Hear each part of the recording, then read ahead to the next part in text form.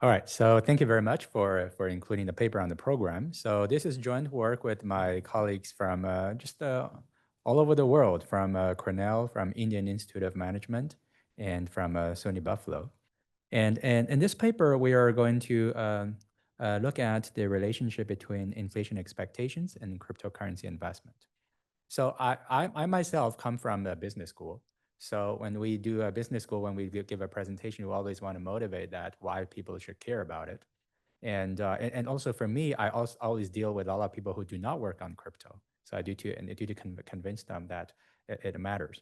Right. So for people who are outside of crypto, then oftentimes for them, the first question is like, what is the demand for cryptocurrency coming from? Why cryptocurrency is worth what it is worth today? Right. So as for me, I think it's always important for me to answer the question, what are the demands are? And because of the importance of this question, there in the literature, there has been a lot of studies into giving various reasons for why people want to hold cryptocurrencies. In the early days, people say crypto is for illicit activities. I don't think this is necessarily true today. And cryptocurrencies has been argued to bypassing capital controls, ensuring financial freedom, supporting platforms. There are a lot of studies on that. But the elephant in the room is that we know that just even from Bitcoin, from Satoshi Nakamoto's white paper, we know that Bitcoin has been argued as potentially as a way to hedge inflations. And it's arguably one of the most often advocated advantage of cryptocurrencies. But interesting, there is very little either theoretical or empirical evidence to show that. And this is what this paper is go out to give some direct evidence for this argument. And the reason why I think why we do not have very, even if those is like a claim that has been talked a lot, and for the crypto people, we always think that okay, this is do we even need to talk about this? It's just so obvious. But just to empirically show this directly and explicitly, there are a lot of challenges. First of all, just there's a lack of granular individual level data on cryptocurrency investment, right? So if we look at the investor level data, they usually happen on off-chain exchanges that just they're not public, right? If unless you can hack into an exchange, then you don't have access to this information. And if you just look at on-chain trading, right? You can or on-chain transactions, right? But they do not involve a fiat money directly, right? So if you are talking about inflation hedging against what's going on in the fiat currency, it's not something we can directly do. And if we just do some naive correlation between crypto returns and inflation expectations, the results are pretty mixed. And just because there are so many so many forces that enters into cryptocurrency returns. And even just from a theoretical perspective, right, the inflation expectation can both have substitution and cautionary saving effects. So that is also just from a theoretical perspective, it's also not clear ex ante whether higher inflation expectation will drive more cryptocurrency investment. So in a nutshell, what we need is direct evidence to answer the question, do households really regard crypto investment as inflation hedges, despite what we often say among us crypto researchers, or just among what people have been talking about over the years in the crypto community. And if we can answer those questions, then we also want to know that just from a quantitative perspective, how much does inflation expectation drive crypto investment? And what cryptocurrency do households view as inflation hedges, given there are so many cryptocurrencies out there? Right? Does the result also differ across different demographic groups? And also, we know that crypto is a global phenomenon. So we are standing here in the U.S., but also we are interested in crypto as a global phenomenon. So we are also interested in whether in emerging economies this phenomenon also shows up. Right. By the way, just as a side comment, right? So for me, when I start on this project, I think, yeah, this question must be true, right? Just like people, because I think we are a biased group. So we grew up with crypto, so we know that people just all the narratives about crypto investment as inflation hedges. I gave a talk on the idea of this paper at IMF once, and I just that you can. It's hard to imagine like how much pushback I got. Like just a lot of people think just for them they found very puzzling that people can even view crypto as inflation hedges. So just I want to say that the empirical evidence I think is very timely and needed to not only to confirm what we know, but also to convince a very skeptical crowd outside of the crypto little bubble. All right, so how do we address this challenge? So, well, the advantage we have is we have some proprietary trading data, and that comes from a dominant cryptocurrency exchange in India. And we can match this data with the household inflation expectation surveys conducted by the central bank in India. And this is basically what we're going to do to set it up. So just in case I run out of time, which I don't think I will, because the next paper is also mine. And but anyway, so just in case I run out of time, so here are some summary findings. So what we find that a 1% increase in 1 year ahead inflation expectation is associated with about 1,000 more rupee of new cryptocurrency purchases per investor in the next period. Here, for one period, you can think about roughly about 2 months. Okay, I'll explain what do we exactly mean by a period, but you can roughly think about just one month, 2 months. Okay, so this is an intensive margin, meaning like for investors already on the exchange, right? They tend to invest more when they have higher inflation expectations. And also there's evidence on the extensive margin, meaning that when in a region when inflation expectation goes up, there are more new investors coming onto those exchange. Okay, this is also some evidence I'll show you. The results are heterogeneous across different assets. And interestingly, we found that this is significant for Bitcoin and the first and largest cryptocurrency with a fixed supply. And also it's significant for Tether, which is a stable coin pegged to the US dollar. We don't actually, interestingly, we don't find significant results for any other cryptocurrencies, right? And the result is also heterogeneous across geography and time, which I'll give you more detail later. There's no significant difference across demography, meaning like across gender, across age, okay? This is despite the fact that men versus women, they tend to have lower inflation expectations. And also young people versus old people, they tend to have lower inflation expectations. However, if we look at the relationship between inflation expectation, the sensitivity of inflation expectation, the sensitivity of cryptocurrency purchase amount to inflation expectations, we don't see significant differences across gender or across ages, okay? And also, we would like to add some causal interpretations of the association that we find. And for that, we are going to use a current perceived inflation as an instrumental variable for inflation expectations, so that we can actually make it claim that higher inflation expectations causally drive more cryptocurrency investment. All right, so this is the nutshell of the paper. The rest is really just kind of diving deeper into this and elaborate on the results that we have here. So, so why India? Okay, so in the CS world is very international, and when I talk to my economist friends, they tend to be very U.S. focused. So whenever you bring evidence from another country, you always need to talk a little bit about, say, why should you care? And India, there are two reasons. Well, the one honest reason is that because we have data from India, and but also the scientific reason is that, well, India actually has been #1 in Chain Analysis Global Cryptocurrency Adoption Index for the last 3 years, starting from 2003 until just the latest report has just squarely #1. And India also has is #1 in global population, and the median age is very young. So presumably people may be more open to new digital objects. And also India has been plagued by high inflation historically. Over the past decade, the average inflation rate is about way over 6% per year, and the peak is around double digit. Okay, and it's also difficult to hedge inflation via other means in India because India has very strict capital controls enacted by the Reserve Bank of India, that is the central bank in India, right? So it's difficult for you to just like buy a foreign currency and to hedge inflations in rupee. So just as an illustration, if we look at the value of rupees versus dollar, right? Or just this is dollar versus rupee, right? You can see just over the past several decades, it's just if you take the time zone long enough, right, it's just basically kind of like a straight line going up. So the purchasing value of rupee has been constantly eroding. So for someone who live in India, inflation is indeed a big issue. All right, so just to dive a little deeper on the data, as I mentioned, we have the data from the largest Indian cryptocurrency exchange. This is a proprietary trading data.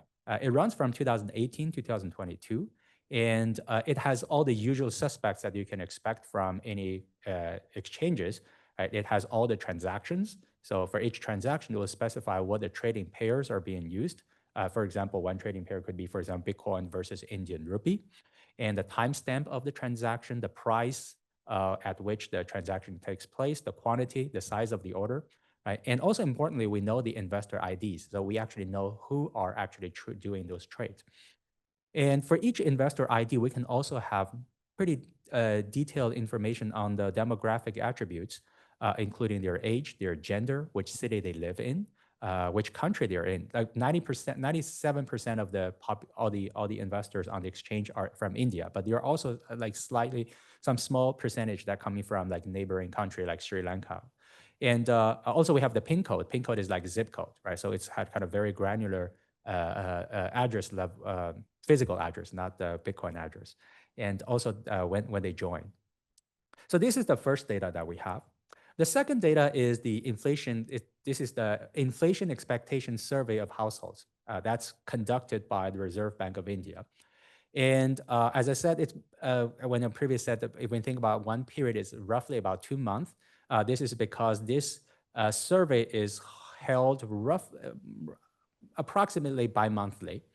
Okay, so every year, depending on the year, sometimes they have 5 such surveys a year, sometimes they have 6 surveys a year. So it's roughly about a little bit longer than, on average, a bit longer than 2 months, so per period. And for each survey, right, they will cover what the survey period is, and also it's at the granular level. So the respondent, they record for the respondent which city they live in, which PIN code they have, what's their gender, what's their age, and what's their job category. And the survey asked, what is your current perceived inflation, right now? What you perceive inflation to be happening now? What is your expectation of inflation 3 months from today? And what is your inflation expectation 1 year ahead? Okay, so these are the questions that they ask. So the numbers come in rate buckets. For example, we can say that it's between 1% to 2%. Okay, so later on in our analysis, whenever the numbers come in that bucket, if it come in a 1 to 2% bucket, we'll just record it as 1.5%. Right? And also, if your inflation expectation is actually above 16%, then actually the actual number will be recorded. So we will use the actual number for that analysis.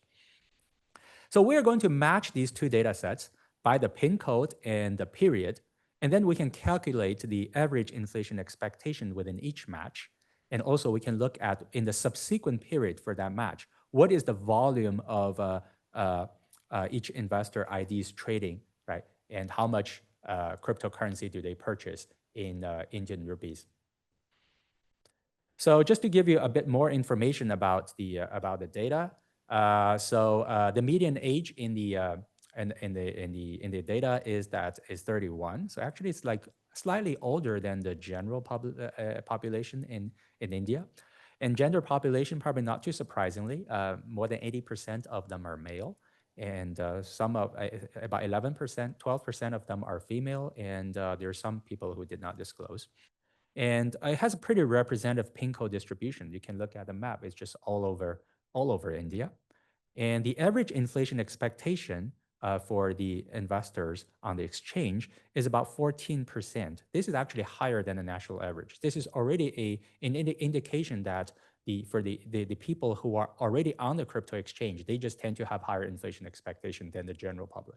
Right? So this is already kind of some suggestive evidence that there's a linkage between inflation expectation and cryptocurrency investment.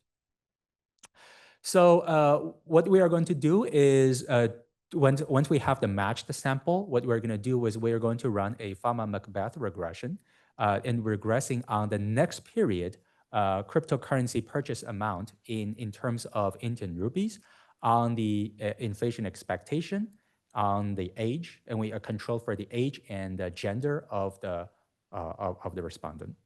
Okay. So for CS folks, then the Fama-Macbeth regression may not be familiar with.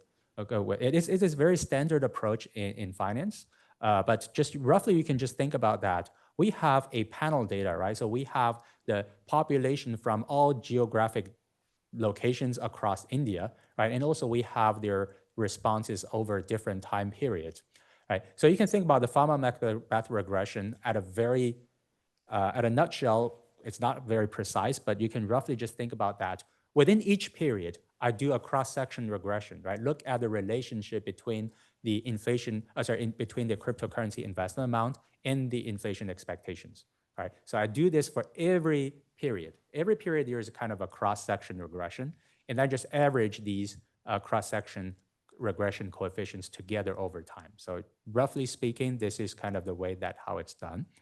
And why this specification kind of makes sense, because it extracts cross-sectional relationship between households' inflation expectations and net cryptocurrency purchase amounts.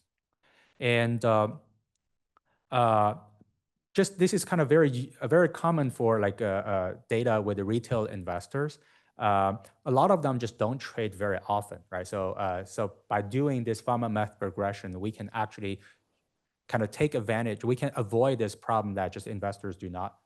Sometimes we do not have repeated observation of investor, but because mainly our results coming from the cross section, so that we kind of overcome this problem. And also it helps us to just identify time varying coefficients. As I mentioned, we want to, this regression, of course, only just shows that there's a correlation, there's an association between inflation expectation and cryptocurrency investment. It does not necessarily say that the relationship is causal. So in order to establish causality, we are going to use the current perceived inflation as a instrumental variable for inflation expectation. This is a method that's been used in previous studies as well. All right, so just to give you a quick overview about what the results that we have. All right, so this is the regression results from the main specification. So for each column, the dependent variable is the net cryptocurrency investment purchase amount in the next period. And we are in the column 1, 2, 3, 4, we are going to regress that on the 3-month ahead inflation expectation, 1 year ahead inflation expectation, and also for these two, we have the instrumental variable version. Okay, so this is how we get the headline numbers that I was talking about at the beginning of the talk. We say that the 1% increase in cryptocurrency investment is like associated with about $1,000, 1,000 rupees more investment in the crypto investment in the next period. This is basically where that kind of 1,000 is coming from, right? So we also did some placebo tests just to show that this result is not just a happenstance, right? So there's one detail that the data is kind of interesting, is that the data specifies for each trade, it specifies what is a base currency. So for example, like when I was talking about the trading pairs, I can say, for example, Bitcoin versus Indian rupee, that is one trading pair. In that trading pair, the Indian rupee serves as a so-called base currency, okay? And there also, that's the majority of that, by 70% of the trades on that exchange uses Indian rupee as the base currency. But there is also like the remaining about like 20-ish%, they actually use Tether as the base currency, right? So if we believe that the result is significant there because people want to hedge the inflation in Indian rupee, then we probably should expect that if we do the similar exercise, but using the sample with only, using the sample of transactions that use Tether as the base currency, then we probably should not see such significant results. And this is what we are showing here, right? So we repeat the same exercise, but it's changed the sample. We only focus on the sample in which the Tether is used as the base currency. And we don't see any significant relationship between inflation expectations and the cryptocurrency purchase amount in that case. Right? So this is kind of another evidence just to show that what we are showing in our main result is not just a happenstance. As I mentioned, that we want to talk a little bit about the extensive margin. How does inflation expectations drive new customers? And so we see that the a 1% increase in inflation expectations is kind of associated about one more investor that is joining on the platform within the period for each pin code. Okay, so this is actually so this kind of they are all significant. And in terms of economic magnitude, this is also pretty significant given the number of pin codes in India. So there is a significant heterogeneity across the currencies. This is just like kind of elaborating what I have just said at the beginning. Right, we said that the results mostly show up in Tether and Bitcoin, and this is what we show here. Okay, and we see for Tether the first row and the second row. For Tether and BTC, the results are both economically and statistically significant. Right? But if we just go over other cryptocurrencies, then we don't see significantly positive results anymore. Right? So this is quite interesting. I didn't expect that, but with hindsight, it kind of makes sense, right? And in terms of geographic heterogeneity, so we can redo the exercise, but then interacting whether the households live in urban areas versus rural areas. And what we show from that is that we can see most of the results actually shows up from the population from urban areas. Okay.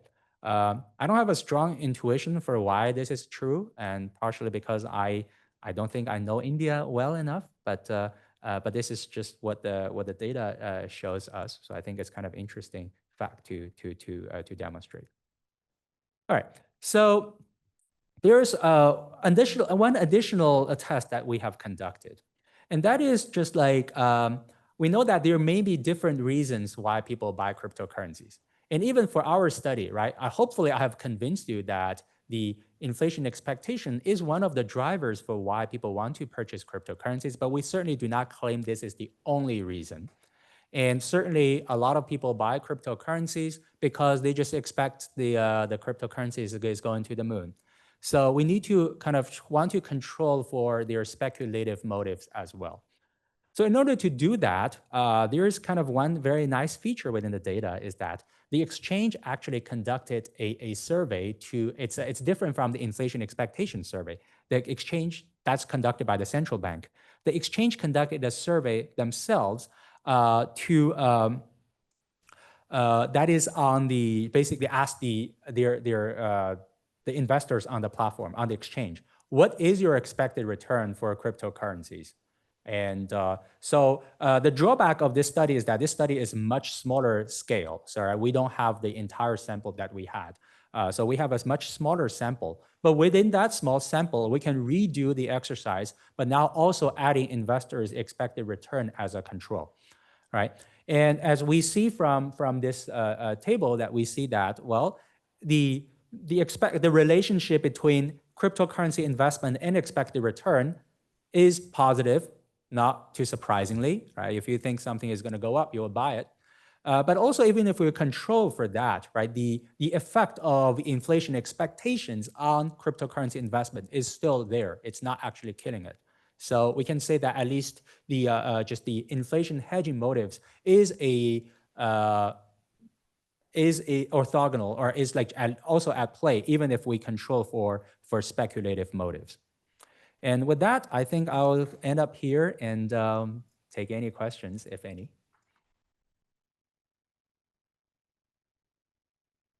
Questions?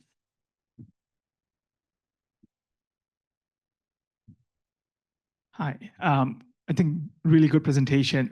Two questions for you. So first one, how do you take care of other noise in the market? Like during your phase, 2018 to 2022, lots have happened. So we had COVID, and India being a remittance and outsourcing based industry, there was significant drop in crypto inflow.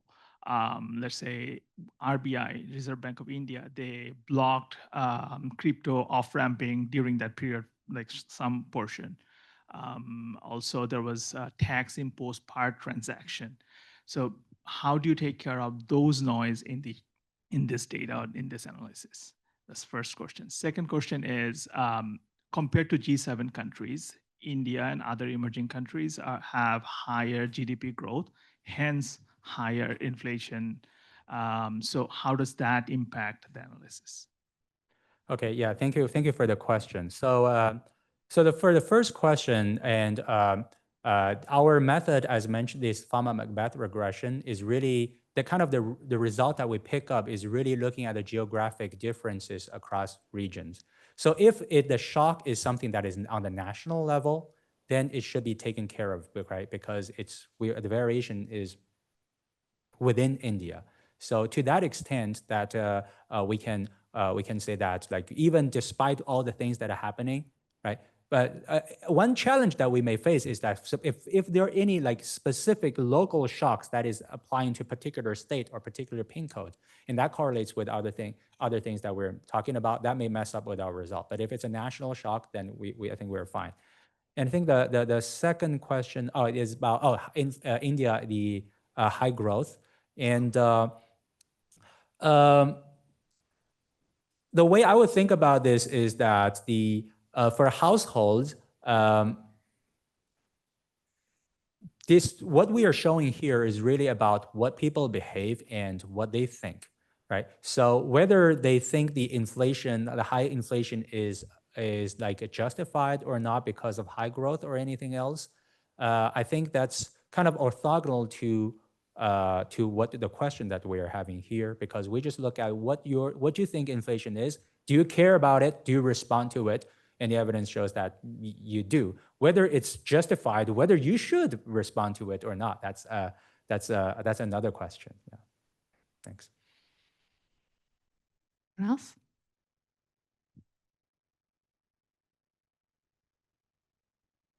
Thanks.